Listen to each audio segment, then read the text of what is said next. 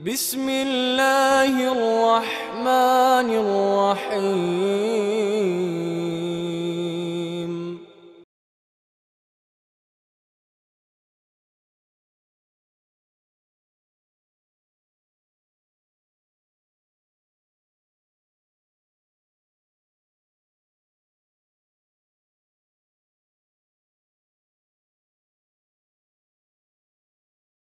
أعوذ بالله من الشيطان الرجيم يا أيها الذين آمنوا كتب عليكم الصيام كما كتب على الذين من قبلكم لعلكم تتقون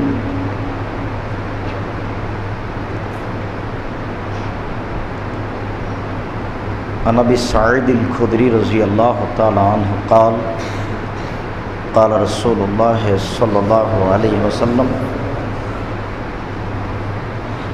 إن في الجنة لها ثمانية أبواب منها باب اسمه الريان لا يدخلها إلا الصائمون رواه البخاري مسلم وفي رواية إذا دخل آخرهم أغلق رواه البيهقي بسند صحيح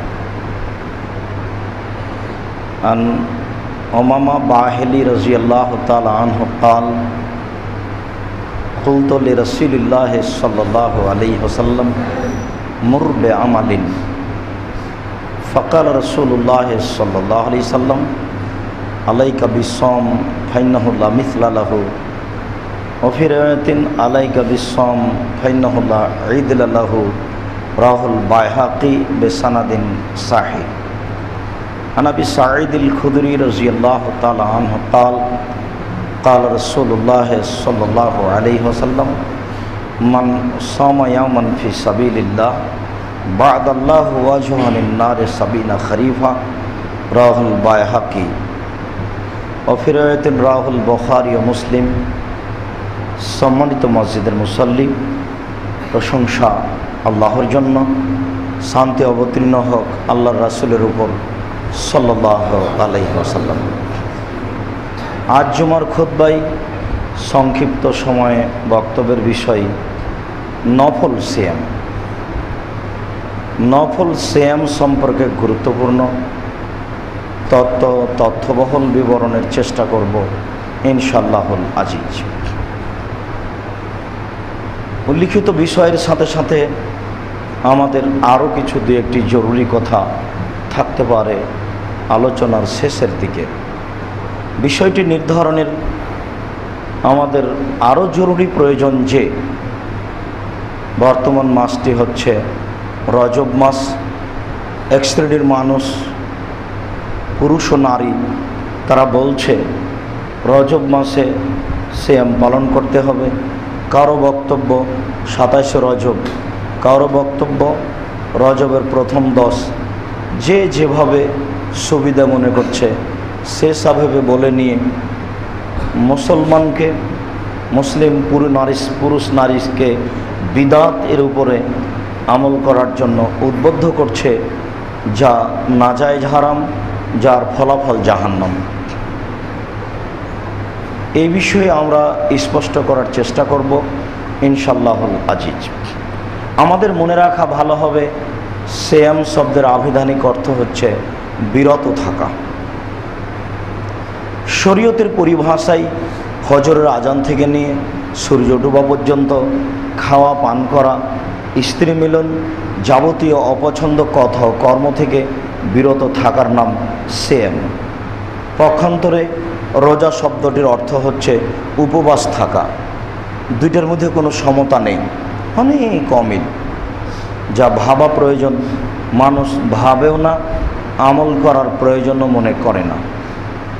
ঠিক যেমন সালাত শব্দের অর্থ হচ্ছে প্রার্থনা করা, আর রোজা নামাজ শব্দের অর্থ হচ্ছে উপাসনা করা। দুটো এক নয়। আল্লাহ হচ্ছে আল্লাহ তাআলার জাতি নাম, যার পরিবর্তন নেই। আর খোদা, খোদ মানে নিজ, আমানে এসেছে, খোদা নিজে এসেছে। তো যেদিন এসেছেন তার আগের দিন ছিলেন না, আর যার আশা আছে তার যাওয়া আছে। আর আল্লাহ এমন একজন নাম, এমন একটি নাম, আল্লাহ এমন একজন সত্তা যিনি আগে থেকে আছেন, চিরদিন থাকবেন। আউয়াল ওয়াল আখির, তিনি আগেও ছিলেন, এখনও আছেন, চিরদিন থাকবেন। আল্লাহর সাথে খোদার কোনো সম্পর্ক নেই। দোজখ শব্দের অর্থ হচ্ছে আগুন, আর জাহান্নাম শব্দের অর্থ যেখানে সর্ব ধরনের বিপদ, যেখানে জাক্কুম গাছ আছে, রক্তপুঁজ মিশ্রিত উত্তপ্ত জ্বলন্ত গরম পানি আছে, যেখানে আপনার ঠান্ডা পানি আছে, যেখানে আগুন আছে, যেখানে সাপ আছে, যেখানে বিচ্ছু আছে, যেখানে মানুষকে কষ্ট দেওয়ার যত ধরনের ব্যবস্থা হতে পারে সব আছে, তার নাম জাহান্নাম। সেটা দোজখ হয় কি করে? দুটোর মধ্যে কোনো সমতা নেই। জান্নাত, বেহেশত, বেহেশত বলতে যেখানে শান্তি পাওয়া যায়, স্বর্গ বা শান্তি। আর জান্নাত মানে বাগান, আবার ওটা আল্লাহ তাআলার বাগান, যেখানে সর্ব ধরনের সুবিধা আছে, যা মানুষ জানে, যা মানুষ জানে না। মানুষ তার বুঝের উপরে নাম দিতে পারে কি করে, যেটা মানুষ বুঝেই না। জান্নাত কি জিনিস এটা মানুষ ভাবতেই পারবে না। আবু হুরায়রা রাদিয়াল্লাহু তাআলা আনহু বলেন, রাসূল সাল্লাল্লাহু আলাইহি ওয়াসাল্লাম বলেছেন, আল্লাহ তাআলা বলেন, এর নাম হাদিসে কুদসি, আ'দাততু লিইবাদিয়াস সলিহিনা, আমি আমার ভালো বান্দা পুরুষ নারীর জন্য এমন কিছু ব্যবস্থা করেছি, মারাত আয়নুন, যেটা চোখ কোনোদিন দেখেনি। চোখ তো দেখেছে আগ্রার তাজমহল, দেখেছে আপনার ওই কলিকাতার হাওড়ার ব্রিজ, দেখেছে ব্যাবিলনের ঘন্টা, দেখেছে ফ্যাক্স মেশিন। 50,000 বছর পরে আরো কিছু দেখবে, চোখ অনেক কিছু দেখেছে, দেখবে। এরপরেও জান্নাত এমন কিছু যেটা চোখ কোনোদিন কিয়ামত পর্যন্ত দেখতে পারে না। শুধু তাই নেই, একটার পর একটা বাক্য আকাশ ছোঁয়া। তারপরের বাক্যে আল্লাহ রাসূল বলেছেন, অমা সামিয়াত উযুনুন, জান্নাত এমন কিছু যেটা মানুষের কান কোনোদিন শোনেনি। মানুষের কান শুনেছে দত্তরাজের কাহিনী, মানুষের কান শুনেছে 7 সমুদ্র 13 নদী পারে কি আছে। এরপরেও জান্নাত এমন কিছু যেটা মানুষের কান কোনোদিন শোনেনি। শুধু তাই নয়, পরের বাক্যটি আরো আকাশ ছোঁয়া। আল্লাহ তাআলা বলছেন, ওমা খাতারা বেকালবে বাসার, জান্নাত এমন কিছু যেটা মানুষের অন্তর ভাবতেই পারে না। নেনে মানুষ ভাবলেও তো একটা বানানোর হিসাব করে। সাদ্দাদের জান্নাত বানানো কাহিনী মিথ্যে, বানানো তো বহু দূরের কথা। মানুষ যেটা ভাবতেই পারে না সেটা বানাতে পারে কি করে? বুখারী মুসলিমের হাদিসে এসেছে, হাদিসে কুদসি আল্লাহ তাআলা বলছেন, জান্নাত আমি এমন করে রেডি করেছি যেটা মানুষের অন্তর ভাবতেই পারে না। তাহলে আপনাকে আমি কি দিয়ে বুঝাবো যে এর নাম বেহেশত? এটা হতেই পারে না। অপরদিকে জাহান্নাম, জান্নাত, সালাত, সিয়াম, আল্লাহ, এই নামগুলি আল্লাহ তাআলার দেওয়া, এইগুলি আল্লাহর রাসূলের দেওয়া।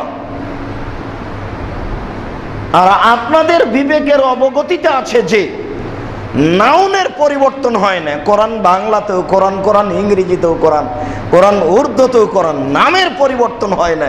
তাহলে মানুষ কি করে সিয়াম কেটে রোজা করতে পারে, সালাত কেটে নামাজ করতে পারে, আল্লাহ কেটে খোদা করতে পারে, জাহান্নাম কেটে দোজখ করতে পারে, জান্নাত কেটে বেহেশত করতে পারে? এটা হয় কি করে? ওরাই করেছে এগুলা, যারা চিশতি, যারা বেদাতি, যারা তরিকাপন্থী, আজও যারা এদেশের মাটিতে নির্দ্বিধায় বুক ফুলিয়ে মিথ্যা ধর্ম জাতির সামনে প্রচার করছে, যাদের মুখ জোর, যাদের কলম জোর, যাদের অফিস আদালত জোর চিরদিনই আছে। আর ওরা ভারত, বাংলাদেশ, পাকিস্তানে যখন আসে তখন তারা ইরান থেকে এসেছে, আর তাদের হাতেই রাজত্ব থেকেছে, তারাই মোগল, তাদের হাতে ক্ষমতা থেকেছে 750 বছর। নইলে আগ্রার তাজমহল স্ত্রীর জন্য কবর বানাতে পারে ওর বাপের টাকা? বাপের টাকশাল ছিল, নিজের টাকা দিয়ে 20,000 লোক 22 বছর কাজ করে 8 কোটি টাকা খরচ করে। হিসাব অনুপাতে যা দেখা যায়, সত্য মিথ্যে যাই হোক, কিছু এরূপ। ভারত, বাংলাদেশ, পাকিস্তানের প্রত্যেকটা জেলায় একটা করে ইসলামী বিশ্ববিদ্যালয় বানানো যেত, এই টাকা দিয়ে। জবাব দেবে কে? ওরা চলে গেলেও এদেশে ক্ষমতা যারা রেখেছে তারা ইংরেজ 190 বছর। তাদের দালাল ছিল কাদিয়ানি, তাদের দালাল ছিল শিয়ে, তাদের দালাল ছিল বেদাতিরা। যার কারণে ঢাকা শহর, চিটাগাং শহর, সিলেট শহর, বরিশাল শহর, উড়িষ্যা, বিহার, মারাঠা, গুজরাট, দিল্লি, কলকাতা, সব শহরগুলি যারা বেদাতি তারা দখল করলো ইংরেজদের সহযোগিতায়। আমরা সেদিনও ছিলাম সৈন্যের উপরে, আজও আছে। তাই তারা আমাদের মনে করে ভুয়া। ইহুদি খ্রিস্টান যেমন মনে করে যে মুসলমানেরা ভুয়া, মোহাম্মদও ভুয়া, ঠিক তারা আমাদেরকে আজও মনে করছে, যেহেতু সব কিছুই তাদের। ক্ষমতা থাকলে সত্যকে মিথ্যা বলে উড়িয়ে দেওয়া যায়, এটা স্বাভাবিক পৃথিবীর গতি। এই নামগুলিও তাই। হক কথাগুলি মানুষের কাছে ভারী লাগে, চিরদিন লাগবে, এর কথাই ঠিক। আমরা জানি যে সত্য তিতে, তার মানে গ্রহণ করা যায় না, শুধু এভাবে জানি, কিন্তু মানার আমাদের পরিবেশ আসে না। আসলেও পরিস্থিতি এমন হয়, অনুকূলে আসে না, তখন আমরা গা ভাসিয়ে দিয়ে চলতে থাকি, যা ঠিক নয়। যেহেতু বিচার হবেই, মানুষের তো বিচার হবেই, পশু প্রাণীরও বিচার হবে। আপনি মনে রাখবেন, মানুষের তো বিচার হবেই, পশু প্রাণীরও বিচার হবে। রাসূল সাল্লাল্লাহু আলাইহি সাল্লাম বলেছেন, লা তুদ্দুন্নাল হুকুকা ইলা আহলিহা হাত্তা ইউকাদা মিন শাতিল কারনায় লিসাতিল জালজায়। দুনিয়াতে যদি একটা শিংওয়ালা ছাগল অশিংওয়ালা ছাগলকে গুতা মেরে থাকে, তাহলে বিচারের মাঠে আল্লাহ তাআলা অশিংওয়ালা ছাগলকে শিং দিয়ে বলবেন যে তুমি গুতা মেরে পরিশোধ করে নাও। মানুষের হক আদায় করা হবে। আদায় করতে করতে করতে এই পর্যায়ে রাসূল সাল্লাল্লাহু আলাইহি সাল্লাম বললেন, তার মানে মানুষের তো বিচার হবেই, পশু প্রাণীরও বিচার হবে। সেই দিন কে ভাবে, যা অনেক দেরিতে বলে মানুষ মনে করে। সম্মানিত মসজিদের মুসল্লি, আমরা বলছিলাম সিয়াম শব্দের আবেদনিক অর্থ হচ্ছে বিরত থাকা, আর রোজা শব্দের আবেদনিক অর্থ হচ্ছে উপবাস থাকা। অমুসলিমও উপবাস থাকে, দুটো এক নয়। আমরা সময় সাপেক্ষে বলবো ইনশাআল্লাহ। মহান আল্লাহ বলেন, ইয়া আইয়ুহাল্লাযীনা আমানু, হে বিশ্বাসীগণ, কুতিবা আলাইকুমুস সিয়াম, তোমাদের প্রতি সিয়াম ফরজ করা হয়েছে। কামা কুতিবা আলাল্লাযীনা মিন ক্বাবলিকুম লাআল্লাকুম, যেমন ভাবে তোমাদের পূর্বের মানুষের প্রতি ফরজ করা হয়েছিল, যেন তোমরা পরহেজগার হতে পারো।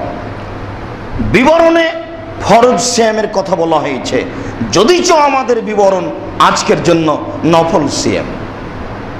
বিবরণে বোঝা যায় যে শুধু আমাদের উপরে সিয়াম ফরজ করা হয়নি, পূর্বে যারা হাজার হাজার বছর পূর্বে এই পৃথিবীতে বসবাস করে দুনিয়া থেকে চলে গেছে, তাদের প্রতিও সিয়াম ফরজ ছিল।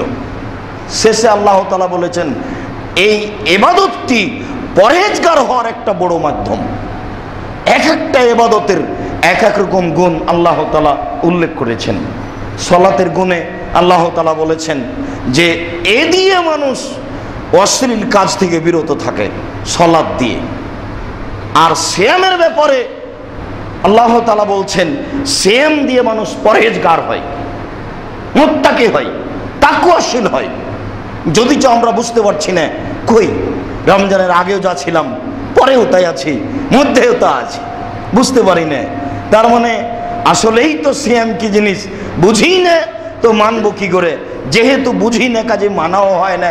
যেহেতু মানতে পারি না, কাজে পরহেজগারি তো বুঝতে পারি না। সব সমান সমান চলছে। সম্মানিত মসজিদের মুসল্লি, সিয়াম এমন একটি ইবাদত যা দিয়ে আল্লাহকে যত সন্তুষ্ট করা যায়, পৃথিবীর আর কোনো ইবাদত দিয়ে আল্লাহকে তত সন্তুষ্ট করা যায় না। আমরা অবগত আছি যে সালাত এমন একটি ইবাদত যা দিয়ে আল্লাহকে যত ডাকা যায়, আর কোনো ইবাদত দিয়ে আল্লাহকে তত ডাকা যায় না। হজ এমন একটি ইবাদত যা কবুল হয়ে গেলে মানুষ হয়ে যায় সেই দিনের মতো যেদিন তার পিতামাতা তার মাতা তাকে জন্ম দিয়েছে। সে নিষ্পাপ হয়ে যায়। মানুষের জীবনে একটি ইবাদত আছে, সেটা হলো এই যে রাতের অন্ধকারে বা দিনে কোনো এক সময়ে যদি মানুষ এক ফোঁটা চোখের পানি ফেলে, আল্লাহর নিকটে এক ফোঁটা চোখের পানি, কাতরাত দমুইন ফি খাশিয়াতিল্লাহ, আল্লাহর ভয়ে এক ফোঁটা চোখের পানি আল্লাহর কাছে যত প্রিয়, পৃথিবীর কোনো এমন কিছু নেই যা আল্লাহর কাছে তত প্রিয় হতে পারে। তিনি কথাটিকে অন্য সময় এইভাবে বলেছেন, লা ইয়াদখুলুন নার আর-রাজুলু বাকা ফি খাশিয়াতিল্লাহ হাত্তা ইয়ালাজাল লাবানু ফি জারে। গাভীর বাট, গাভীর ওলান থেকে, গাভীর স্তন থেকে দুধ বের করে আবার ঢোকানো যেমন অসম্ভব, আল্লাহর ভয়ে কাঁদে যারা, তাদের জাহান্নামে যাওয়া তেমনি অসম্ভব। বাক্যটি আমরা কি দিয়ে বুঝাতে পারি? বাক্য তো 1450 বছর পূর্বে রাসূল সাল্লাল্লাহু আলাইহি ওয়াসাল্লাম বলে চলে গেছেন। হাদিসে বাক্য বিরাজ করছে। রাসূল সাল্লাল্লাহু আলাইহি ওয়াসাল্লাম বলেছেন, মানুষ যদি আল্লাহর ভয়ে কাঁদে তাহলে তার জাহান্নামে প্রবেশ করা অনুরূপী অসম্ভব। গাভীর ওলান থেকে, স্তন থেকে, বাট থেকে দুধ বের করে আবার ভিতরে ঢোকানো যেমন অসম্ভব, এটা কোনোদিন সম্ভব নয়, হতে পারে না সম্ভব। আল্লাহর ভয়ে যদি মানুষ কাঁদে তাহলে মানুষটি জাহান্নামে যাবে, এটাও হতে পারে না। এই কথা রাসূল সাল্লাল্লাহু আলাইহি ওয়াসাল্লাম বলেছেন। সিয়ামের ব্যাপারে তিনি বলেন, উমামা বাহিলি রাদিয়াল্লাহু তাআলা আনহুর বিবরণে বোঝা যায়, তিনি বললেন, ইয়া রাসূলুল্লাহ মুরনি বিআমালিন, আপনি আমাকে একটা আমলের কথা বলেন যার ফলাফল জান্নাত। আপনি আমাকে একটা আমলের কথা বলেন যে আমল আমি আগ্রহ সহকারে করব। তখন আল্লাহ রাসূল বললেন, উমামা আলাইকা বিসম ফাইন্নাহু লা মিসলা লাহু। উমামা তুমি সিয়াম পালন করো। ইবাদতের জগতে সিয়ামের দৃষ্টান্ত কোনো ইবাদত নেই। পৃথিবীতে অনেক ইবাদত আছে, কিন্তু সিয়ামের দৃষ্টান্ত কোনো ইবাদত পৃথিবীতে নেই। অফিরে ওয়ায়াতিন, অন্য এক বর্ণনায় উমামা বাহিলি রাদিয়াল্লাহু তাআলা আনহু বলেন, মুরনি বিআমালিন, আল্লাহ রাসূল আপনি আমাকে একটা আমলের কথা বলেন যে আমলটা আমি করব বিনিময়ে জান্নাত হবে। তখন রাসূল সাল্লাল্লাহু আলাইহি ওয়াসাল্লাম বললেন, উমামা আলাইকা বিসম ফাইন্নাহু লা ঈদা লাহু। উমামা তুমি সিয়াম পালন করো। ইবাদতের জগতে সিয়ামের সমপর্যায়ের কোনো ইবাদত নেই। আগের বাক্যে তিনি বললেন, ইবাদতের জগতে সিয়ামের দৃষ্টান্ত কোনো ইবাদত নেই। পরের বাক্যে তিনি বললেন, ইবাদতের জগতে সিয়ামের সমপর্যায়ের কোনো ইবাদত নেই। পৃথিবীতে অনেক ইবাদত আছে। ইবাদতের জগতে ব্যতিক্রম ইবাদত সিয়াম, যার সমপর্যায়ের কোনো ইবাদত নেই। এই বাক্যটি আমরা কিভাবে বুঝতে পারি? আবু সাঈদ খুদরি রাদিয়াল্লাহু তাআলা আনহু বলেন, রাসূল সাল্লাল্লাহু আলাইহি ওয়াসাল্লাম বলেছেন, ইন্না ফিল জান্নাতি লাহা সামানি আবওয়াব, নিশ্চয় জান্নাতে 8টি দরজা রয়েছে। জান্নাতে একটি দরজা 8টি, জাহান্নাম একটি দরজা 7টি। জান্নাতে একটি দরজা 8টি, জাহান্নামে একটি দরজা 7টি।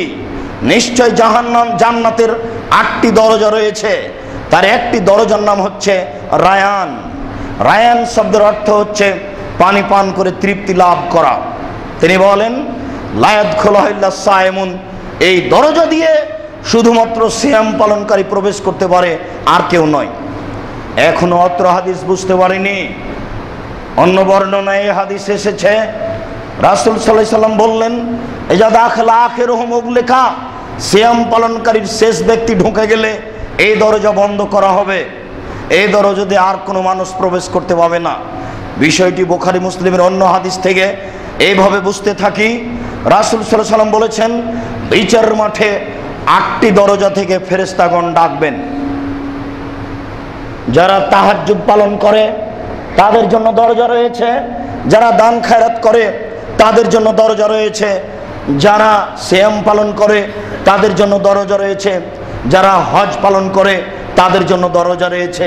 ইবাদতের মানে 8টি দরজা রয়েছে। দরজা থেকে ওই সময়ে সবাই চিৎকার করে ফেরেশতাগণ ডাকবেন, আসেন আসেন।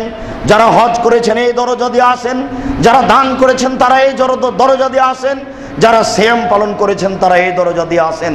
অবশ্য ওই সময়তে আবু বকর সিদ্দিক রাদিয়াল্লাহু তাআলা আনহু বলেছিলেন, আল্লাহর নবী, সব দরজা থেকে ডাকা হবে এমন কি কেউ আছে? তখন আল্লাহ রাসূল বললেন, হ্যাঁ আছে, তার মধ্যে তুমি একজন। আবু বকর, তুমি এমন একটা মানুষ যাকে সব দরজা থেকে ডাকানো হবে। কি দিয়ে বুঝায় আপনাকে এখন আবু বকর কত সম্মানী? ওটা ওই বিচারের মাঠ ছাড়া বোঝানো যাবে না। আমি এখানে যা বলতে চেয়েছি সেটা হলো এই, এরপরে রাসূল সাল্লাল্লাহু আলাইহি ওয়াসাল্লাম বলেননি হজ পালনকারীর শেষ ব্যক্তি ঢুকে গেলে দরজা বন্ধ হবে, এই কথা তিনি বলেননি। দানকারীর শেষ ব্যক্তি ঢুকে গেলে দরজা বন্ধ করা হবে, এই কথা তিনি বলেননি। তাহাজ্জুদ পড়ার শেষ ব্যক্তি ঢুকে গেলে ওই দরজা বন্ধ করা হবে, এই কথা তিনি বলেননি। তিনি বলেছেন সিয়াম পালনকারীর শেষ ব্যক্তি ঢুকে গেলে ওই দরজা বন্ধ করা হবে। আর কোনো ইবাদত দিয়ে, সে যত দামি ইবাদত হোক না কেন, কোনো ইবাদত দিয়ে অন্তত ওই দরজা দিয়ে ঢোকার সুযোগ হবে না। সে যত বড় ইবাদত গুজার হোক না কেন। এমনিতেই আপনাকে কোনো সময়ে বলা হয়েছে যে একটা আশ্চর্য ইবাদত আছে যার নাম নম্র আচরণ, সদাচরণ। আবু দারদা রাদিয়াল্লাহু তাআলা আনহু বলেন, রাসূল সাল্লাল্লাহু আলাইহি সাল্লাম বলেছেন, ইন্না আসকালা শাইইন ফি মিজানিল মুমিন ইয়াউমাল কিয়ামা ইজা ফি মিজানিল মুমিন ইয়াউমাল কিয়ামা খুলুকুন হাসান। বিচারের মাঠে আদম সন্তান মুমিন পুরুষ নারীর দাড়ি পাল্লাতে সবচেয়ে যেটা ভারী আমল রাখা হবে সেটা হলো সদাচরণ, নম্র আচরণ। নম্র আচরণের উপর দিয়ে আর কোনো ভারী আমল নেই। এটা একটা আমল, এটা আশ্চর্য, যেটা আপনি টিকতেই পারেন না। আজকেই রিক্সা থেকে নামার সময়তে আপনার রিক্সাওয়ালার সাথে অনেক তর্ক হয়ে গেছে। আচ্ছা, আপনি মাস্টার ডিগ্রি পাস মানুষ, রিক্সাওয়ালার সাথে তর্ক করে আপনার কি হলো? আপনার কি সবই টাকা নিয়ে নিবে? আচ্ছা, না হয় 20 টাকা বেশি চেয়েছে, এত কথা বললেন কেন? ভদ্রতা বিক্রি করে কি বাড়ি থেকে বের হয়েছেন নাকি? বুঝলাম না। মধ্যেখানে কথা, ভদ্রতা দেখা দিয়ে একটা বাক্য আপনার সামনে পেশ করি যেটা আপনার মেনে নেওয়া খুব কঠিন। নারীরা চিরদিনই দুর্বল। আয়েশা রাদিয়াল্লাহু তাআলা আনহার পালি ছিল, আল্লাহ রাসূল আয়েশার কাছে ছিলেন। হাফসা কিছু তরকারি দিয়ে একটা বাটি পাঠিয়েছেন দাসীর হাতে। দাসী হাফসার পক্ষ থেকে তরকারি নিয়ে আয়েশার ঘরে ঢুকেছেন। আয়েশা বললেন, এই কি? বাটিতে তরকারি। কে পাঠিয়েছে? হাফসা। শোনার সাথে সাথে বাটির উপরে এক থাবা মেরে বাটিটা ফেলে দিলেন, একবারে ভেঙে চুরচির হয়ে গেল। আল্লাহ রাসূল বাটিটা উঠালেন, উঠিয়ে তাকে ঠিক করে সাজালেন, তারপরে এক পদার্থ দিয়ে জোড়া লাগালেন, এরপরে বাটিটা রেখে দিয়ে একটা নতুন বাটি আয়েশার দাসীর হাতে দিয়ে পাঠিয়ে দিলেন, যাও তুমি এটা নিয়ে যাও। বুখারী মুসলিমে এই পর্যন্ত আসলো, কিন্তু আল্লাহ রাসূল কিছু বললেন, এটা বোঝা গেল না। তিনি বললেন না, তুমি আশ্চর্য মেয়ে, আরে তুমি এই ধরনের মেয়ে, আরে আয়েশা তুমি এই কাজ করলে, একটা দাসীর হাতে থাবা দিয়ে বাটিটা ফেলে ভেঙে দিলে, মানে কোনো কথাই নেই। আপনার ভাষা তো আপনি জানেন অন্তত, আর আপনার স্ত্রী জানে, ছেলে মেয়ে জানে। দেখেন, আর কোনো শব্দ নেই। তিনি এই কথাও বলেননি এরকম একটা কাজ করলে তুমি, এই কথা বলেছেন তার প্রমাণ নেই। আপনাকে আমরা ভদ্রতার হিসাব দেখাতে পারি তিনি কত ভদ্র মানুষ। বলছিলাম, ইবাদতের জগতে মানুষের যত ইবাদত আছে তার সবচেয়ে গুরুত্বপূর্ণ ইবাদত যদিচ সদাচরণ, যেটা বিচারের মাঠে সবচেয়ে ভারী। এরপরেও ইবাদতের জগতে ব্যতিক্রম ইবাদত হচ্ছে সিয়াম, যার তুলনায় পৃথিবীতে আর কোনো ইবাদত নেই। আপনি দেখুন, ধারাবাহিক আপনার সামনে আমি পেশ করছি যাতে করে আপনার সামনে বিষয়টি স্পষ্ট হয়ে যায়। আবু সাঈদ খুদরি রাদিয়াল্লাহু তাআলা আনহু বলেন, রাসূল সাল্লাল্লাহু আলাইহি ওয়াসাল্লাম বলেছেন, মান সামা ইয়াওমান ফি সাবিলিল্লাহ বাদাল্লাহু ওয়াজহানিন নার সাবিনা খারিফান। কেউ যদি আল্লাহকে সন্তুষ্ট করার জন্য একদিন সিয়াম পালন করে, তাহলে তাকে জাহান্নাম থেকে 70 বছরের পথ দূরে সরানো হবে। বুখারী মুসলিম। আবু সাঈদ খুদরি রাদিয়াল্লাহু তাআলা আনহু বলেন, রাসূল সাল্লাল্লাহু আলাইহি ওয়াসাল্লাম বলেছেন, মান সামা ইয়াওমান ফি সাবিলিল্লাহ বাদাল্লাহু আনিন নারে ওয়াজহাহু মিন মিয়াতে মাসিরা। কেউ যদি আল্লাহকে সন্তুষ্ট করার জন্য একদিন সিয়াম পালন করে, তাহলে তার থেকে জাহান্নামকে সরিয়ে দেওয়া হবে 100 বছরের পথ। আবু হুরায়রা রাদিয়াল্লাহু তাআলা আনহু বলেন, রাসূল সাল্লাল্লাহু আলাইহি ওয়াসাল্লাম বলেছেন, মান সামা ইয়াওমান ফি সাবিলিল্লাহ জালাল্লাহু বাইনাহু ওয়া বাইনা নারে খান্দাক কামা বাইনা সামাই ওয়াল আরজ। কেউ যদি আল্লাহকে সন্তুষ্ট করার জন্য একদিন সিয়াম পালন করে, তাহলে তার মাঝে আর জাহান্নামের মাঝে একটা গর্ত খনন করা হবে, যে গর্তের দূরত্ব ব্যবধান হবে আকাশ জমিনের ব্যবধান। আকাশ জমিনের ব্যবধান কি? রাসূল সাল্লাল্লাহু আলাইহি সাল্লামের যুগে একটা দ্রুতগামী ঘোড়া 500 বছর দৌড়ালে যত ছিল তত পথ ছিল জমিন থেকে আকাশের ব্যবধান। বর্তমান যুগে মানুষের তৈরি বাহন যানবাহন 500 বছর উড়ে গেলে একটা বিমান যত পথ যাবে জমিন থেকে আকাশের ব্যবধান তত। 50,000 বছর পরে মানুষ সবচেয়ে যেটা দ্রুতগামী বাহন তৈরি করবে, সেটা 500 বছর উড়ে গেলে যত যাবে জমিন থেকে আকাশের ব্যবধান তত। আপনাকে আমি কি দিয়ে বুঝাই জমিন থেকে আকাশের ব্যবধান কত? আপনাকে আমি কি দিয়ে বুঝাই মানুষের শক্তি আর আল্লাহর শক্তির মধ্যে সমতা কি? মানুষ বুঝে না যে আল্লাহ কি, কাকে বলে।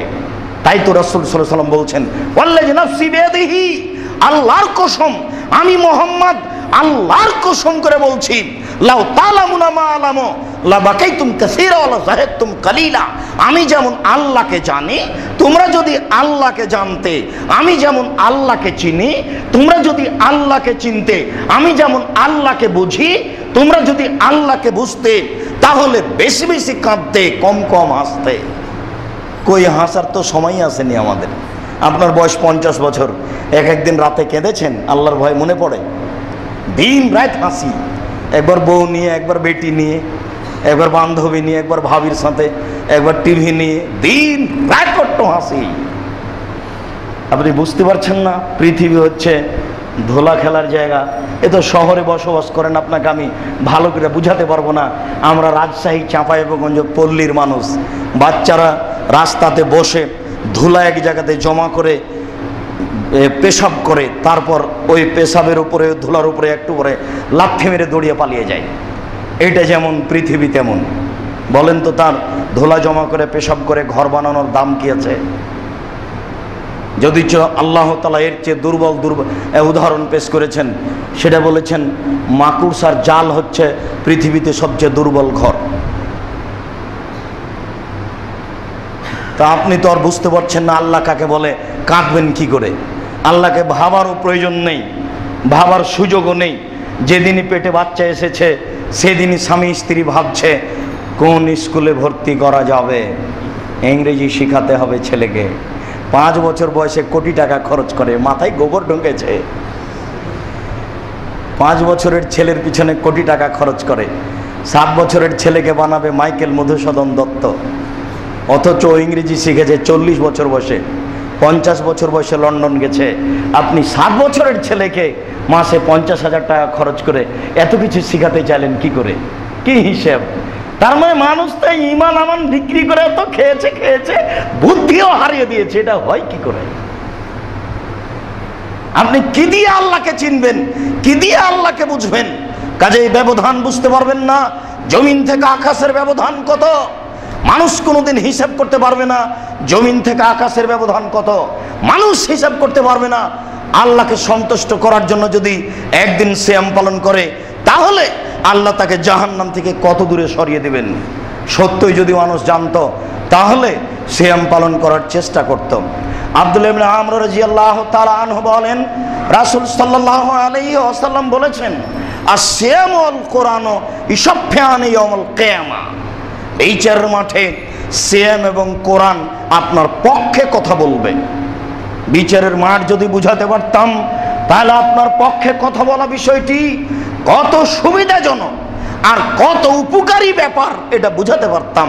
যেহেতু বিচারের মাঠ বুঝাতে পারছি না, কাজে সিয়াম আপনার কত বড় উপকারী কোরআন আপনার কত বড় উপকারী আপনাকে আমি কি দিয়ে বুঝাই। বিচারের মাঠে কথা বলবে আঙ্গুল, যে আঙ্গুলে তাসবিহ গণনা করা হয়। বিচারের মাঠে কথা বলবে কালে পাথর, হজ করতে গিয়ে যেই পাথরে চুমা দেওয়া হয়, সত্য সত্যই যদি টাকা বৈধ হয় তাহলে কালো পাথর আপনার পক্ষে কথা বলবে। বিচারের মাঠে কথা বলবে আপনার পক্ষে কোরআন। এই জন্য রাসূল সাল্লাল্লাহু আলাইহি ওয়াসাল্লাম বলেছেন, আল কোরআন হুজ্জাতুন লাকা ওয়া আলাইকা। কোরআন তোমার পক্ষেও হতে পারে, কোরআন তোমার বিপক্ষেও হতে পারে। দিন রাত 24 ঘন্টা, মাস মাস, বছর বছর কোরআনটা কাপড় জুজদানের ভিতরে ঢুকে রেখে দিলেন। কোরআন আপনার পক্ষে কথা বলবে মানে ইতস্তবোধ হয় না? লজ্জাবোধ হয় না? খারাপ লাগে না? বিবেক নেই, বুদ্ধি নেই, বোধোদয় নেই, হিতাহিত জ্ঞান নেই, বোধগম্য নেই? বলেন কি আপনি পশু নাকি আপনি? যদিচ আপনার বিষয়টি আল্লাহ খুব কঠিনভাবে পেশ করেছেন। আল্লাহ বলতে বলতে বলছেন যে কাল আনাম, ওরা পশু। পশুর কথা বলতে বলতে বলছেন বাল হওয়া আজাল, পশুর চেয়ে খারাপ, কুকুর সিরিয়ালের চেয়ে খারাপ। আচ্ছা বলেন তো, মানুষ কুকুর সিরিয়ালের চেয়ে যদি খারাপ হয় তাহলে সেটা কি? আল্লাহ বলছেন যে মানুষ খারাপ হতে হতে হতে হতে কালানাম, পশুর মতো হবে। আচ্ছা পশুর পরেও আল্লাহ থামলেন না, বলছেন যে ভালো আজাল, পশুর চেয়ে খারাপ। মানুষ খারাপ হতে হতে কুকুর সিরিয়াল হয়ে গেছে। আচ্ছা এইটাই তো সবচেয়ে খারাপ, এর চেয়ে খারাপ আর কি হতে পারে? যখন কিছুই বুঝে না তখন মানুষ হলো কুকুর সিরিয়ালের চেয়েও খারাপ। সারা বছর কোরআনটা কাপড়ের ভিতরে ঢাকা আছে আপনার ঘরে, কোরআন আপনার পক্ষে কথা বলবে, এটা আপনি কি দিয়ে বুঝলেন? কোরআন আপনার জন্য কত বড় বিপজ্জনক, বিচারের মাঠ ছাড়া বুঝাতে অক্ষম। একদিন এক সন্ধ্যা পড়ার আপনার সময় হয় না। আল্লাহ রাসূল বলেছেন, বুখারী মুসলিম, কোরআন তোমার পক্ষে হতে পারে, কোরআন তোমার বিপক্ষে হতে পারে। পক্ষে হবে কিভাবে? কোরআন বিচারের মাঠে বলবে, রব্বি মানাতাহুন নাওমা বিল লাইলি ফাশাফাইনি ফিহি। আল্লাহ এই লোকটাকে আমি রাতে ঘুমাতে দিনি, আমি কোরআন বলছি এর ব্যাপারে আমি সুপারিশ করছি, তুমি একে জান্নাতে দাও। আল্লাহ বলবেন ঠিক আছে কোরআন, তোমার কথা শুনে নিলাম, আমি তাকে জান্নাতে দিলাম। বলেন এই বাক্যের অনুকূলে আপনি আছেন কিনা? আপনাকে আমি নিচে নামাতে নামাতে নামাতে একবারে ছোট স্তরে নিয়ে চলে আসলাম। দুনিয়াতে একটা ছোট্ট সূরা আছে যেটা আপনার মুখস্থ থাকার কথা, তার নাম সূরা ইখলাস। এটা তো যদি বুঝতে না পারেন সেটা হলো কুল হুয়াল্লাহু আহাদ। 3 বার পড়লে 1 বার কোরআন মাজিদ পড়ার সমান নাকি হয়? জীবনে একটু সুযোগ হবে না? দেখেন তো মাঝে মধ্যে সুযোগ হয় কিনা। না হলে মাগরিবের পরে পড়েন, 3 বার পড়লে 1 বার কোরআন মাজিদ পড়ার সমান নেকি হবে। আপনি আবার ভাবিয়েন না যে এত নেকি হবে। এত নেকি ভাবলে তারা আল্লাহকেই চিনেন না আপনি। তার তো রহমতের অভাব নেই, আপনি কেন পড়তে পারেন না? অন্তত একবারে নিম্নে এসে কথাটা বললাম, অন্তত যাতে করে আপনার কাছে সহজ হয়। সেম বিচারের মাঠে বলবে, রব্বি মানাতুহু শাহওয়াতা বিন্নাহারে ওয়াত্তামা বিন্নাহারে ফাশাফাইনি ফিহি। প্রতিপালক আমি দিনে এই লোকটিকে 2টি কাজ করতে দিনি। 1, আমি দিনে তাকে খেতে দিনি। 2, আমি দিনে তার প্রবৃত্তি অনুযায়ী চলতে দিনি। আমি তাকে ঠেকিয়ে রেখেছি। ফাশাফাইনি ফিহি, এই ব্যাপারে তুমি আমার সুপারিশ গ্রহণ করো। আল্লাহ তাআলা বলবেন ঠিক আছে সেম, আমি তোমার সুপারিশ গ্রহণ করলাম, আমি তাকে জান্নাতে দিলাম। এখানে আপনার সাথে আমাদের জরুরি একটি কথা রয়েছে। সেম বিচার মাঠে কথা বলবে বটে, তবে 2টা কথা রেখে দিয়েছে। সেম বলবে প্রতিপালক আমি তাকে 2টা জিনিস করতে দিনি। 1, দিনে খেতে দিনি। 2, প্রবৃত্তি অনুযায়ী চলতে দিনি। না খেয়ে থাকা সহজ, কিন্তু প্রবৃত্তিকে ঠেকিয়ে রাখা সহজ নয়। এই কথা নিয়ে আমাদের কথা হবে, আবারও আমরা বোঝার চেষ্টা করি। আল্লাহ তুমি তৌফিক দান করো। আল্লাহুম্মা আমিন। আল্লাহুম্মা সাল্লি আলাইহি, আল্লাহুম্মা বারিক আলাইহি।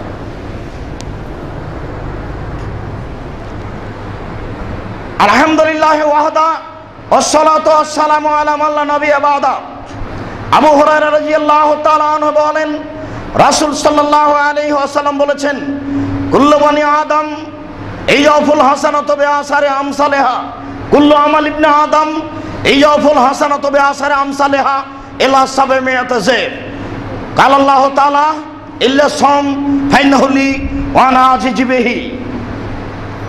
আবু হুরায়রা রাদিয়াল্লাহু তাআলা আনহু বলেন, রাসূল সাল্লাল্লাহু আলাইহি ওয়াসাল্লাম বলেছেন, আল্লাহ তাআলা বলেন, এর নাম হাদিসে কুদসি, ভাষা রাসূলের মুখের আর কথাগুলি আল্লাহর। আল্লাহ তাআলা বলেন, আদম সন্তানের প্রত্যেক নেকিকে 10 থেকে 700 আরো বেশি করা হয়।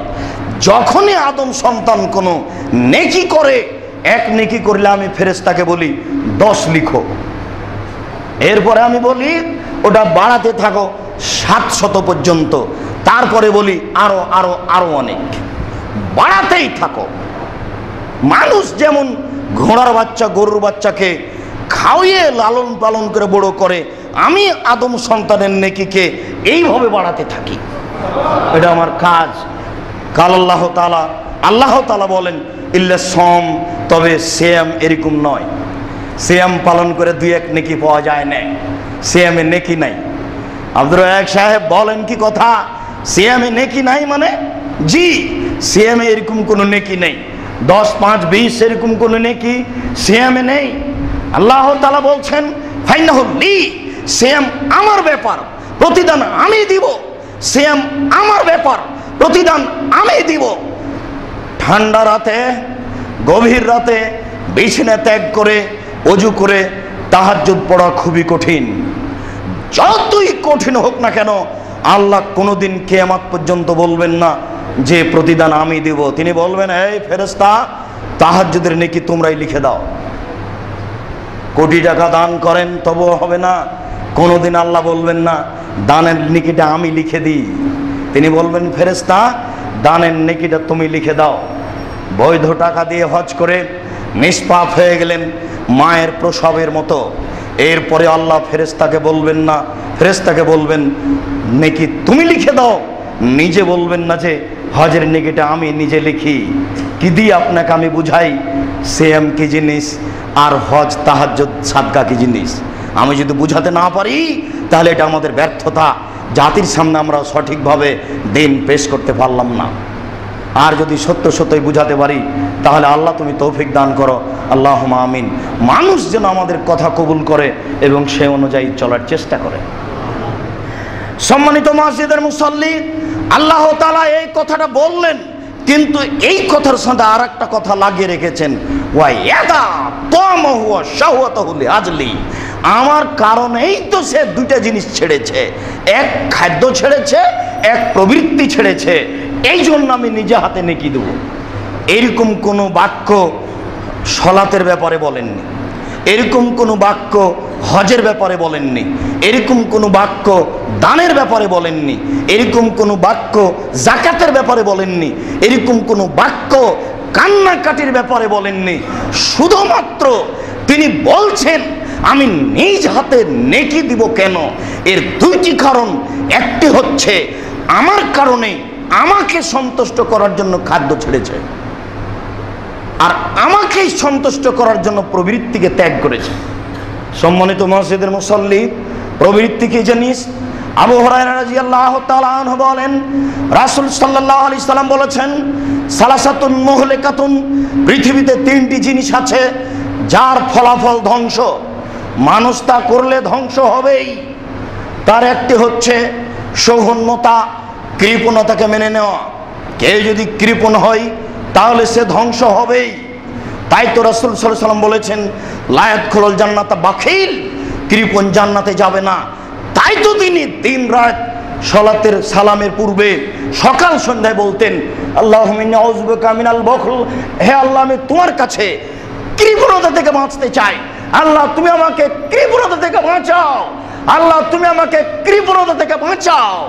এই কারণে রাসূল সাল্লাল্লাহু আলাইহি সাল্লাম বলেছেন, ওয়াত্তাকু শুহা ওয়া শুহা আহলাকুম মান কানা ক্বাবলাকুম, তোমরা কৃপণতা থেকে বেঁচে থাকো। কৃপণতা পূর্বের মানুষকে ধ্বংস করেছে, তোমরা কৃপণ হলে তোমাদেরকে আল্লাহ ধ্বংস করবে। তাহলে কৃপণতা মানুষ যদি অবলম্বন করে তাহলে সে ধ্বংস হবেই।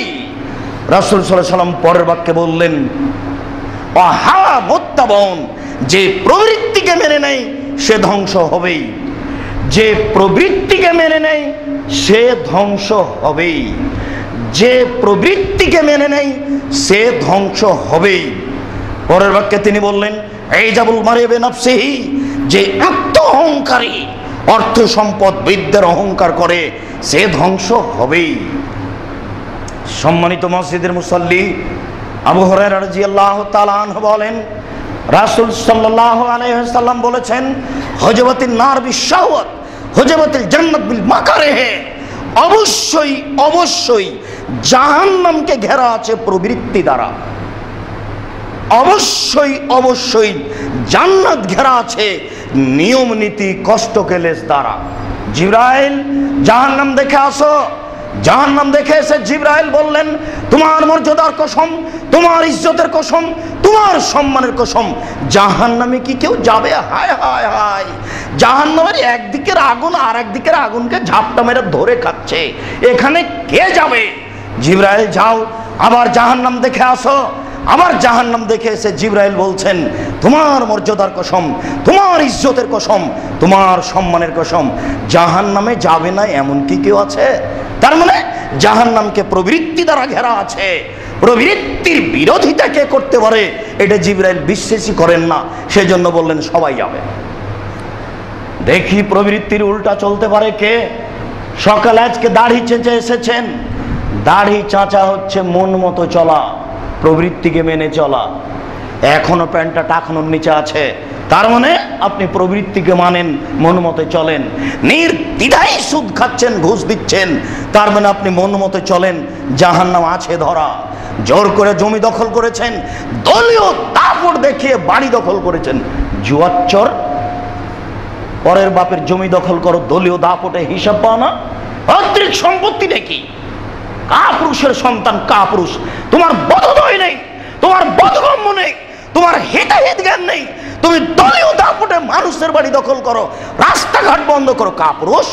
অশিক্ষিত সন্তান তুমি, তুমি বন্য, তুমি বর্বর, তুমি অসভ্য, তুমি ঘৃণিত, তুমি জাতির জন্য কলঙ্ক, তুমি জাতির জন্য বোঝা, কাপুরুষ। তুমি জাতির কে উপকার করতে পারো? তুমি জাতির উপরে জুলুম করার জন্য জন্ম নিয়েছ। তোমার বিদ্যা, তোমার বুদ্ধি, তোমার সম্পদকে কবর দিতে জন্ম নিয়েছে, তুমি মনে রেখো। তুমি দলীয় দাপট দেখিয়ে প্রবৃত্তির অনুসরণ করে চলো, তোমার জন্য জাহান্নাম অপেক্ষা করছে। শুনুন, মনে কিছু নেবেন না, আপনার মেয়ে এখনো বাজারে চলছে মাথায় কাপড় না দিয়ে, ও হিন্দুর মেয়ে। প্রবৃত্তি কাকে বলে? একই বলে, প্যান্ট পরে, গেঞ্জি গায়ে দিয়ে, বেহায়া হয়ে, স্তন উঁচু করে রাস্তাঘাটে ঘুরে, ও আবার তাহাজ্জুদ পড়ে, ও আবার রমজান মাসে রোজা থাকে, এই প্রবৃত্তির অনুসরণ করে, এর জন্য জাহান্নাম অপেক্ষা করছে। এর প্রবৃত্তি দিয়েই জাহান্নাম ঘেরা আছে। আপনার মেয়ে এখন মসজিদে আসলে কি হবে? বাড়িতে যাওয়ার সাথে সাথে সে দুলা ভাইয়ের কোলে বসে গল্প করে। বেহায়া, লজ্জাহীনা, পেয়েছে কি? মেয়ে তুমি সাবধান থাকো, তুমি জাতিকে অপমান করে, জাতিকে পাপী করে রমজান মাসে রোজা থেকে তাহাজ্জুদ পড়ে জান্নাত কেনার চেষ্টা করো না। তোমার চুল দেখলে পাপ হয়, তোমার হাত দেখলে পাপ হয়, তোমার মুখ দেখলে পাপ হয়, তোমার পা দেখলে পাপ হয়, তোমার গোটা দেহটাই হচ্ছে অন্যের জন্য পাপের বস্তু। তুমি প্রবৃত্তির অনুসরণ করো। তুমি মুসলমানের মেয়ে, তোমার লজ্জা হয় না? তোমাকে খারাপ লাগে না? তোমার লজ্জা হয় না? তোমাকে খারাপ লাগে না? বাপ বেটি লজ্জা বেঁচে খেয়েছ? বাপ বেটি লজ্জা বেঁচে খেয়েছ নাকি? তোমার ব্যাপারে রাসূল সাল্লাল্লাহু আলাইহি ওয়াসাল্লাম বলেছেন, আল হায়াউ মিনাল ঈমান ওয়াল ঈমান ফিল জান্নাহ। লজ্জাই হচ্ছে ঈমান, ঈমানই হচ্ছে জান্নাত। লজ্জাই হচ্ছে ঈমান, ঈমানই হচ্ছে জান্নাত। লজ্জা নেই যার, ঈমান নেই তার, ঈমান নেই যার, জান্নাত নেই তার। লজ্জাই হচ্ছে ঈমান, ঈমানই হচ্ছে জান্নাত। লজ্জা নেই যার, ঈমান নেই তার, ঈমান নেই যার, জান্নাত নেই তার। আপনি বলুন, আপনি প্রতি বছর হজ করতে যাচ্ছেন, আপনার পাশে আপনার মেয়ে বসে থাকে নগ্ন হয়ে, তাহাজ্জুদ পড়ে ধর্ম দেখাচ্ছেন। ধর্ম কি পৈতৃক সম্পত্তি? धर्म की राजशाही चांपाई इधर हवाई लड्डू, दोनों हाथ में लड्डू है, जो चाहे उसको खा ले, जो चाहे उसको छोड़ दे। जो धर्म की बापर जमी नाकि যে আপনি এদিকে চাষ করতে পারেন, এদিক থেকে চাষ করতে পারেন, ইচ্ছা মতো চলবেন, অসম্ভব হতে পারে না। ধর্মের সাথে আপনার আপোষ চলতে পারে না। অতএব আজ থেকে পরিবর্তন হওয়ার চেষ্টা করুন। তাহাজ্জুদ পড়া লাগবে না, আগে মেয়েকে ঠিক করুন। কেন? তিন শ্রেণীর মানুষ জান্নাতে যাবে না। তিনি জোরালোভাবে বলেছেন, তিনি একবার বলেছেন তিন শ্রেণীর মানুষ কখনো যাবে না জান্নাতে। একবার তিনি বলেছেন তিন শ্রেণীর মানুষের উপরে জান্নাত হারাম, তিন শ্রেণীর মানুষের উপরে জান্নাত হারাম। তার এক শ্রেণীর মানুষ হচ্ছে আর দায়ুস। দায়ুস কে? আল্লাযী ইউকিরু ফি আল খাবাসা, যে তার বাড়িতে বেহায়াইর সুযোগ দিয়েছে, সে হলো দায়ুস। বাড়িতে আপনি কাপুরুষ বসে থাকেন, আপনার স্ত্রী বাজারে বাজারে হাট করে বেড়াই, বাজার করে বেড়াই, কাপড় কিনে বেড়াই, আপনার মরা হয়, মরতে পারেন না আপনি? বড় ছেলে কি আপনার মারা গেছে, আপনি মরেছেন নাকি? ও কেন বাজারে যাবে? মোহর দেন আপনি, আর লোকে মারে ধাক্কা, খারাপ লাগে না? শরীরে কি সবই পুজ, একটুকু রক্ত নেই? শরীরে কি সবই পুজ, একটুকু রক্ত নেই? খারাপ লাগে না? শুনুন, 1450 বছর পূর্বে তিনি বলে গেছেন, আমি অনুবাদ করে আপনাকে আমি শোনাচ্ছি। তিন শ্রেণীর মানুষ জান্নাতে যাবে না, তার মধ্যে আপনি একজন। দায়ুস জান্নাতে যাবে না। দায়ুস কে? যে তার বাড়িতে বেহায়াইর সুযোগ দিয়েছে, সে হলো দায়ুস। সে প্রবৃত্তিকে মেনে চলে, সেম তার পক্ষে কথা বলবে না। আর রাজনাত মিনান নিসায়ে, পুরুষের বেশধারী নারী, যারা পুরুষের জুতা স্যান্ডেল পরে, যারা পুরুষের শার্ট প্যান্ট পরে, যারা পুরুষের পোশাক পরে, যারা মাথার চুল ছোট করে, যারা রাস্তাঘাটে নির্দ্বিধায় গেঞ্জি গায়ে দিয়ে ঘুরে, এরাই হচ্ছে পুরুষের বেশধারী নারী। এরা জান্নাতে যাবে না, এরা জান্নাতে যাবে না, এরা জান্নাতে তো যাবে না, জান্নাতের গন্ধ পাবে না। যেই জান্নাতের গন্ধ 1 বছরের দূরত্ব পথ থেকে পাওয়া যায়। আমি অনুবাদক, আমি কিছু বাকি রেখে কথা বলিনি, আপনি মনে কিছু নিয়েন না। কিয়ামত পর্যন্ত আপনি আমার কথার ভিতরে সরিষা ঢোকাতে পারেন না। আম গাছে জাম ধরতে পারে, ধরে না। অমাবস্যার রাতে চাঁদ উঠতে পারে, উঠে না। সুঁয়ের ছিদ্র দিয়ে ফল ঢুকতে পারে, ঢোকে না। সুঁয়ের ছিদ্র দিয়ে ফল ঢোকে যেতে পারে, আম গাছে জাম ধরে যেতে পারে, অমাবস্যার রাতে চাঁদ উঠে যেতে পারে, এগুলো ঘটে যেতে পারে। আমি যে কথা বলছি এতে সন্দেহ আছে বলে কিয়ামত পর্যন্ত চেষ্টা করলে সরিষা ঢোকানো যাবে না। অতএব আজকে সন্দেহ হতে হতে আপনি পরিবর্তন হন, প্রবৃত্তির অনুসরণ ত্যাগ করুন, তাহলে সিয়াম আপনার পক্ষে কথা বলবে। কি দিয়ে বুঝায় আপনাকে আমি? প্রবৃত্তির অনুসরণ করে যে সে রোজা থাকে, সিয়াম থাকে না। আপনার মেয়ে 11টায় বাজারে যায় রমজান মাসে, অনেক কিছু ইফতারি নিয়েছে, সাজাবে, আব্বু খাবে, দুলাভাই খাবে, ভগ্নিপতি খাবে, শয়তান খাবে, কত সুন্দর করে সাজাচ্ছে, সব কেউ নিজে খাওয়াচ্ছে, কত ফুর্তি। ধর্ম বাপের জমি, ধর্ম পৈতৃক সম্পত্তি।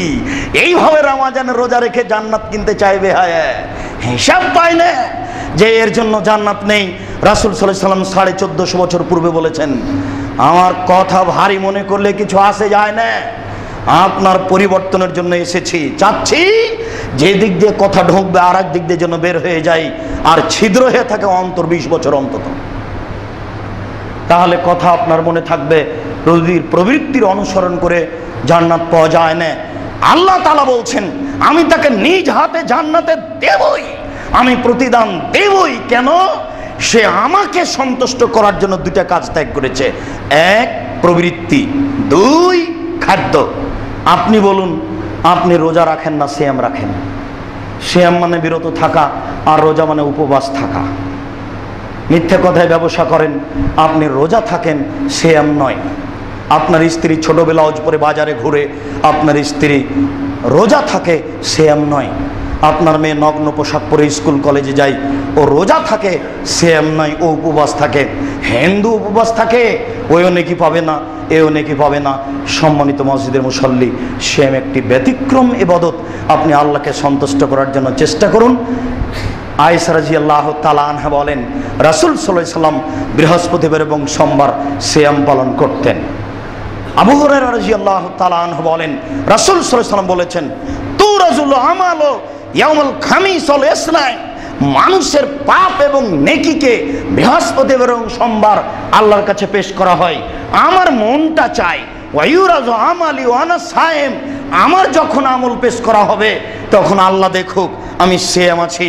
মসজিদের মুসল্লি বুঝাতে পারিনি, রাসূল সাল্লাল্লাহু আলাইহি সাল্লাম বলছেন, বৃহস্পতিবার এবং সোমবার মানুষের পাপ নেকি আল্লাহর দরবারে পেশ করা হয়। আমি মুহাম্মদ চাই যে আমার যখন ইবাদত পেশ করা হবে আমল, তখন আল্লাহ দেখুক যে আমি সিয়াম আছি। বুঝাতে পারলাম না?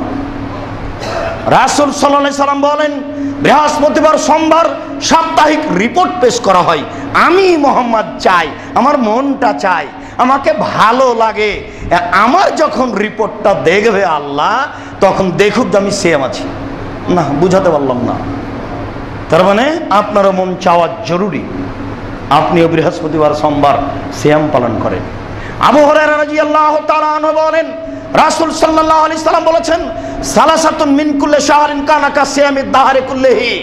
কেউ যদি প্রতি মাসে 3 দিন সিয়াম পালন করতে পারে, 13, 14, 15, বা মাসে 3 দিন, সারা বছর সিয়াম পালন করে জানে কি হয় তাই হবে।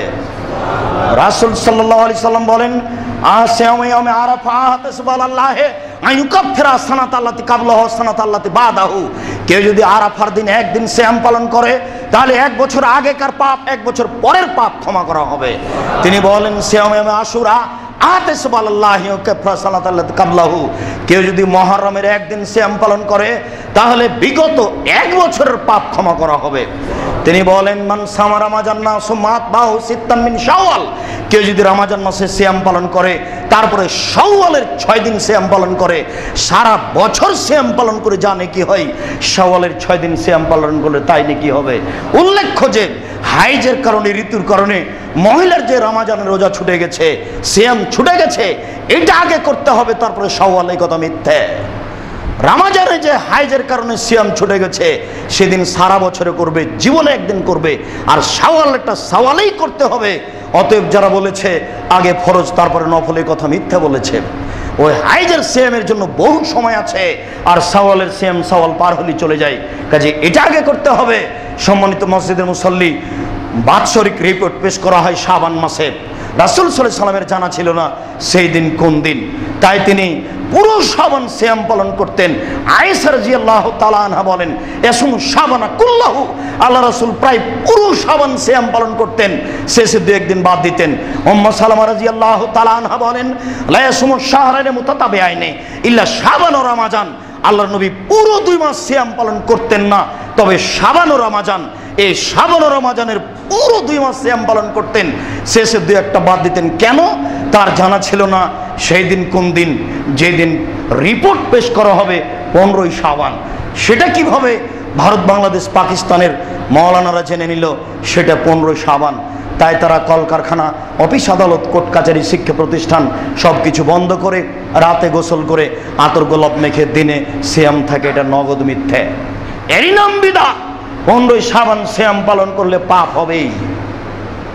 যারা প্রতি মাসে 3 দিন সিয়াম পালন করে, তারা শাবান মাসও করবে। নইলে শাবান মাসে বেশি বেশি সিয়াম পালন করবে। প্রথম থেকে 15 পর্যন্ত 15ই শাবান সিয়াম পালন করার চেষ্টা করবে। অবশ্যই 1 দিন নয়, অবশ্যই 2 দিন নয়, হয় প্রতি মাসে 3 দিন, নইলে শাবান মাসে বেশি বেশি। রাসূলের জানা ছিল না সেই দিন কোন দিন, এই ভণ্ডরা জেনে নিল সেই দিন 15ই শাবান। যার কাছে জিবরাইল আছেন তিনি জানতে পারলেন না 15ই শাবান, এরাই জেনে নিল সেটা 15ই শাবান। সেটা হয় কি করে? সাবধান থাকুন সম্মানিত মসজিদের মুসল্লি। রজব মাসে কোনো সিয়াম নেই। রজব মাসে সিয়াম থাকলে এটাই হবে বেদাত।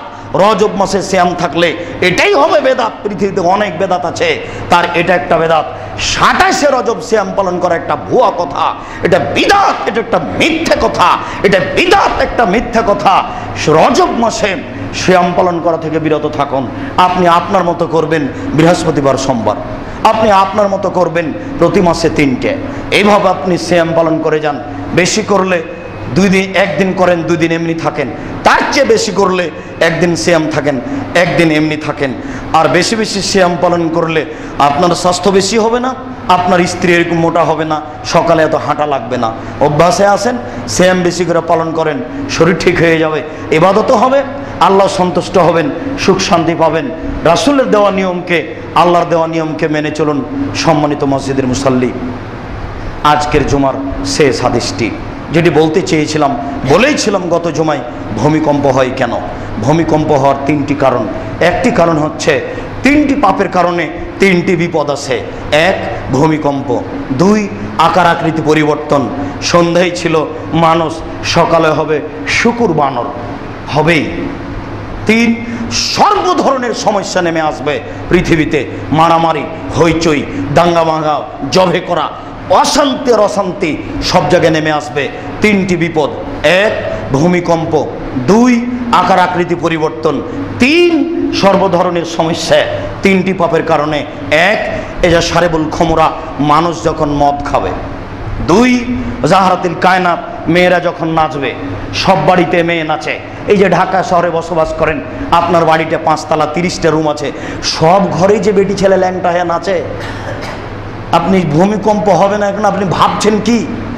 সবাই যে তাহাজ্জুদ পড়ে জেনা করছে। আপনাকে আমি বলিনি আল আইনানা তাজনিনা জেনা হুমান নাজর, 2 চোখের জেনা হচ্ছে চোখ দিয়ে দেখা। অল ওজনানে জেনা হুমাল ইস্তেমাও, 2 কানের জেনা হচ্ছে কান দিয়ে শোনা। অল ইয়াদ জেনা হাল বাদস, হাতের জেনা হচ্ছে হাত দিয়ে ধরা। আর রিজিল জেনা হাল মাসি, পায়ের জেনা হচ্ছে পা দিয়ে চলা। জেলাল কালব তাতামনা তাস্তাহি, অন্তরের জেনা হচ্ছে পরিকল্পনা করা।